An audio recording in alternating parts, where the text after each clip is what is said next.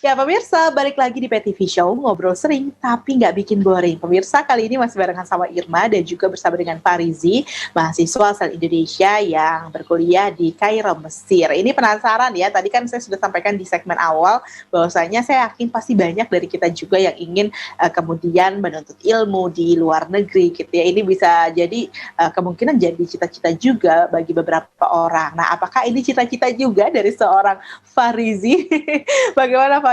Gimana sih ceritanya kamu bisa sampai di Mesir gitu? Apa yang bikin kamu tertarik untuk mengambil kuliah di Mesir?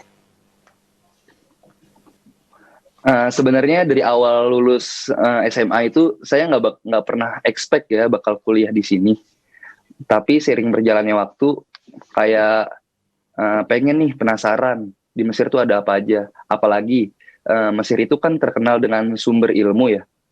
Sumber ilmu agamanya, terus juga kaya akan sejarahnya. Itu yang membuat saya penasaran buat kuliah ke Mesir, dan sampai akhirnya saya nyoba tes dari Kemenak tahun 2018, dan alhamdulillah akhirnya lulus dan bisa berangkat ke sini. Oke, keinginan kamu untuk menimba ilmu agama begitu ya, sehingga mengantarkan kamu kepada Mesir. Iya. Tapi sebelumnya tadi, apakah saya dengar kamu juga sempat kuliah dulu di Indonesia gitu ya? Iya. Jadi setelah lulus kuliah, kan pas awal lulus itu, lulus SMA, kuliah dulu. Di mana tuh? Kuliah dulu di UHAMKA. Oke. Jurusannya apa saat itu?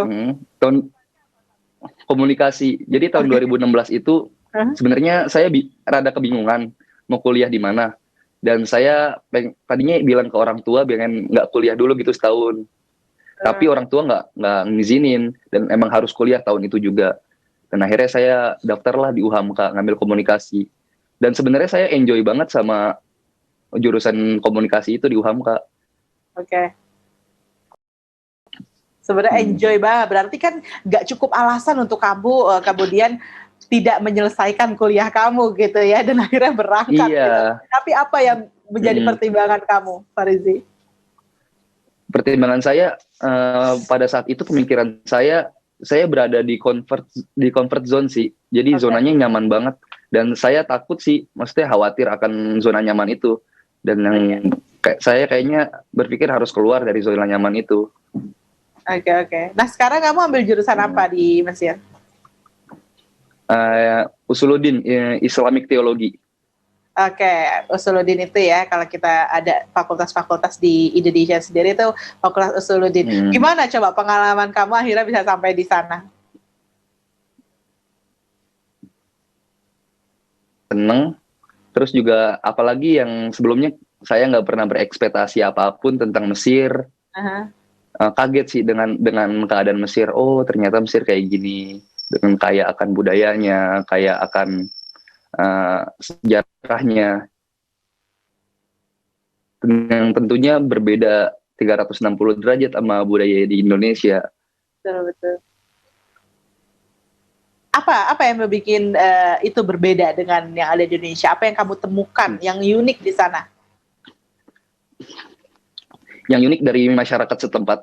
Jadi di sini tuh sebutannya ada 2 tipe golongan orang, ada yang baik, ada yang jahat. Oh, oke. Nah, yang baik itu itu sepertinya ada di mana-mana ya. Kan iya, ada di mana-mana. Tapi yang uniknya di sini, orang baik itu sebutannya itu baik, baiknya itu ngelebihin dari Nabi Musa. Kalau yang jahatnya itu ngelebihin Firaun. Kayak gitu. Oke. Gimana, ada ceritanya seperti apa? Sekalinya baik, ketika bulan puasa itu di sini ada namanya Maidatur Rahman. Jadi di mana setiap orang berlomba-lomba buat ngebuka takjil buat semua masyarakat. Dan itu nggak 1-2, dan itu di setiap penjuru kota Kairo pasti ada namanya Maidatur Rahman itu. Kayak takjil makan. Makannya itu bukan sekedar takjil aja sih, tapi takjil dikasih, terus juga nasi sama ayam sama daging itu dikasih. Itu lengkap ada di seluruh penjuru kota Kairo.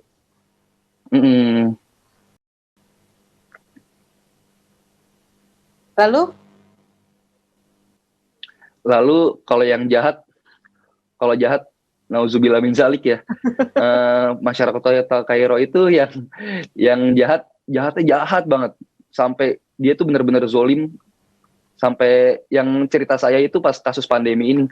Jadi ada satu orang Mesir yang nggak mau nerima kita di gedungnya, di apartemennya dia.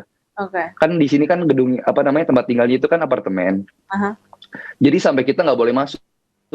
Sampai dia tuh bilang, kamu tuh kesini cuma bawa penyakit kayak gitu. Ya ampun. Tapi di sana memang nampak sekali gitu ya antara orang yang mana yang baik, mana yang agak kurang baik gitu, itu terlalu nampak gitu ya kan, artinya kita tahu bahwa ada yang namanya orang baik dan kurang baik pasti ada di setiap belahan dunia gitu ya. Tapi di sana memang sangat nampak gitu. Betul. Iya, sangat nampak sekali. Apalagi buat kita yang tinggal di sini ya, maksudnya dalam artian kita stay kan buat waktu yang lama di sini. Itu sangat kerasa banget buat kita. Oke. Makanya kita banyak perbaiki dari sisi komunikasi. Kalau di sini terkenal sama ini sih, namanya mujamalah ya. Jadi kita ngebagus-bagusin, ngebaik-baikin. Jadi biar hubungan kita sama orang Mesir sendiri itu baik gitu. Oke. Nampaknya itu bisa jadi satu cara juga nih buat kita semua ya pemirsa ya, kalau kita ingin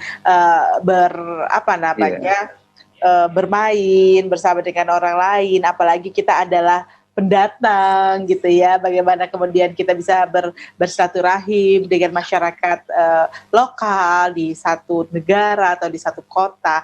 Memang itu bisa menjadi jalan kita, bagaimana kita ya lebih baiknya mencari kebaikan itu. Tapi itu juga adalah cara kita sebagai muslim juga, bagaimana kita memang lebih baik mencari kebaikan daripada mencari keburukannya gitu ya, Rizi ya. Iya Kak Irma. Oke. Nah, Pak Rizi, ini kan tadi kamu bilang ya kamu tuh nggak pernah expect bisa sampai ke Mesir, tapi ketika kamu menyadari, kayaknya seru juga nih di sana akan banyak sumber ilmu dan juga sejarah-sejarah. Aku penasaran, apakah kamu tidak menemukan hambatan untuk kemudian bisa sampai dan benar-benar bisa kesampaian gitu kuliah di luar negeri? Kalau dari awal proses saya ke sini itu nggak ada sih, paling saya ada persiapan sebelum tes ya, namanya dari materi apa aja yang bakal diujikan pas tes itu, dan sama hafalan Quran. Paling di hafalan Quran sih hambatannya yang cukup sedikit sulit. Oke, nah kamu punya hambatan satu di sana dalam hafalan atau hafiz Qurannya ya. Nanti kita akan tanya, apakah sebenarnya kamu punya punya bekal dalam hafiz Quran itu sendiri selama kamu masa-masa sekolah kamu SMP, SMA tersebut, atau itu baru kamu pelajari atau baru kamu mulai hafal ketika kamu memutuskan untuk kuliah ke Mesir? Tapi jangan dijawab dulu, nanti kita akan jawab usai jeda. Tetaplah pemirsa bersama dengan kami di PTV Show.